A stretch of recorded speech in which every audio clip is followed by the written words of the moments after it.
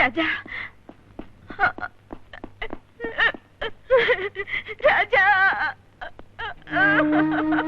കരയരുത്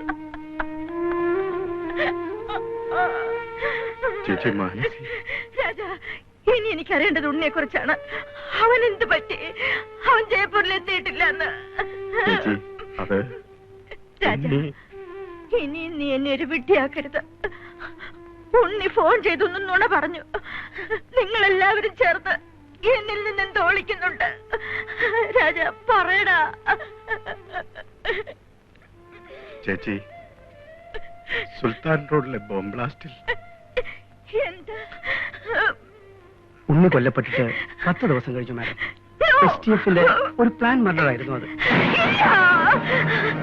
ഇല്ല, എന്റെ മോനുണ്ണി അവനൊന്നും സംഭവിച്ചിട്ടില്ല. അവനൊന്നും സംഭവിച്ചിട്ടില്ല.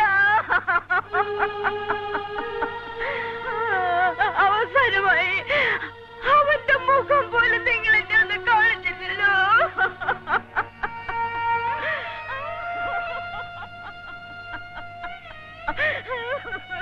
10 ദിവസം ഇത് പറയാൻ പറ്റാതെ മനസ്സിൽ വെച്ച് ഞാൻ അനുഭവിച്ച വേദന എല്ലാം നമ്മൾ സഹിച്ചേ പറ്റൂ. आज की ताजा खबर, जज साहब की बेटी को अगवा कर लिया गया। अखबार ले लो, अखबार ले लो, अखबार ले लो। आज की ताजा खबर, आज की ताजा खबर।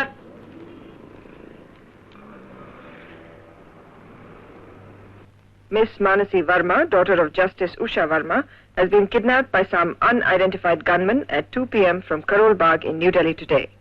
According to a description issued, Miss Manasi Verma is 5 feet 5 inches in height and has a fair complexion. Any information regarding the whereabouts of Miss Manasi Verma may please be conveyed to the police headquarters.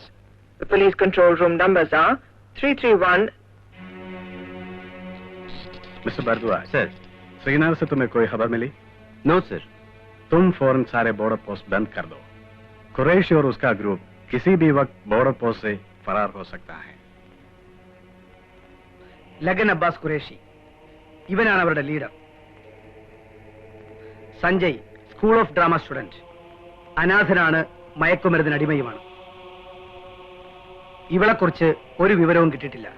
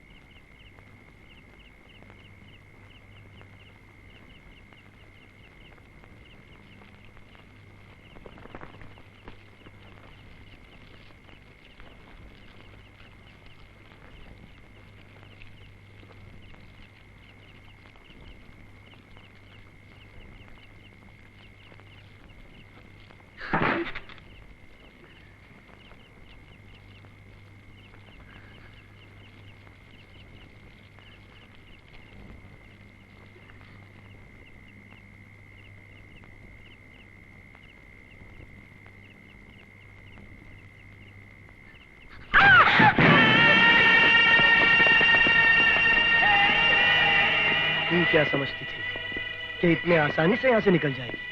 अरे अगर भगवान भी चाहे तो तुझे यहाँ से नहीं चल चल अंदर। Madam, Will your personal problems, including kidnapping of your daughter, affect or influence your verdict in the court? Certainly not. Thank you. Do you feel, madam, that you are a celebrity now? ഞങ്ങൾ പത്രക്കാർക്കോ പബ്ലിക്കിനോ അറിയാത്ത എന്തെങ്കിലും deal HDF-മായി നടന്നിട്ടുണ്ടോ? I am sorry. Excuse me.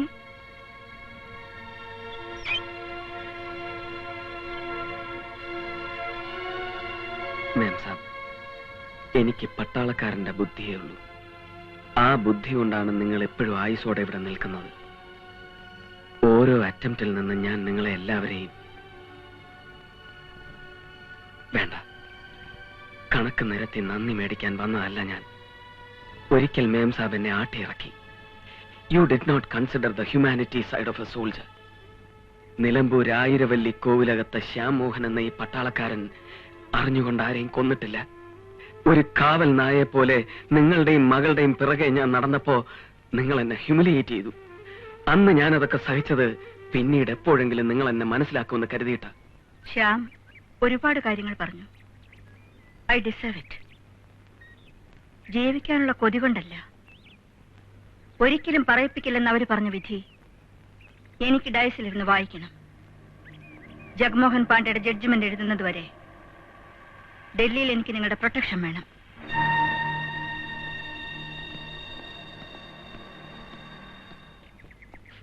Try to understand mister Shyam. തന്നെ ഇപ്പോൾ തനിക്കറിയാവുന്നതിൽ കൂടുതൽ എന്റെ ചേച്ചിക്കറിയാം. ഈ നിമിഷം മുതൽ ഞങ്ങളുടെ സെക്യൂരിറ്റി വിങ്ങിനുള്ളിലാണ് mem sahib. We will set them sir. तो कहां छुपा रखा है तुम लोगों ने, बताओ. സാർ, അവനെ അറിയാം. ഇടിച്ചവന്റെ കൂമ്പ് വാട്ടി അവൻ പറയും, ഇല്ലെങ്കിൽ ഞാൻ പറയിക്കാം. बोल, तू अच्छी तरह जानता है. अगर तू नहीं बोलेगा तो मैं तुझसे बुलवाना जानता हूँ, समझा? तू जज को बोलकर मुझे फांसी से बचा सकता है क्या? नहीं बचा सकता. लो श्याम. അല്ല സാർ, ആയിരക്കണക്കിന് നിരപരാധികളെ ബോംബ് വെച്ച് ചിന്നിച്ചിതറിച്ച അവനെ വെറുതെ വിട്ടുകൊടുക്കണം. അല്ലടാ പട്ടി. मारो और मारो, मगर एक बात अच्छी तरह से याद रखना, अच्छी तरह से याद रखना.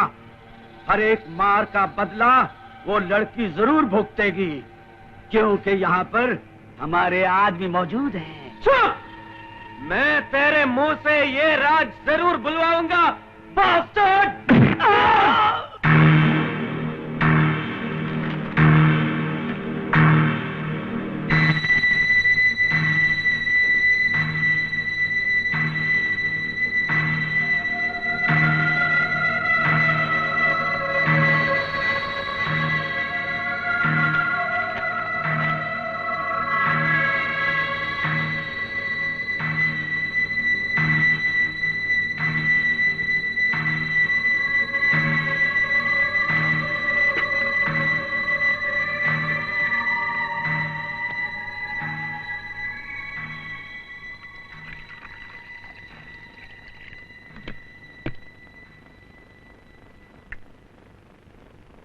മേം സാബ്, താങ്ക് യു. കഴിഞ്ഞു അല്ലേ? എഴുതി തീർത്തത് മാനസയുടെ വിധിയാണ്. നാളെ ഡൽഹിയിൽ എവിടെയെങ്കിലും കിടന്ന് എന്റെ മോളുടെ ബോഡി കിട്ടിയാൽ അതെങ്കിലും നിങ്ങൾ എന്നെ കാണിക്കണം. നോ മേം സാബ്, അരുതാത്തതൊന്നും മനസ്സിൽ വിചാരിക്കണ്ട.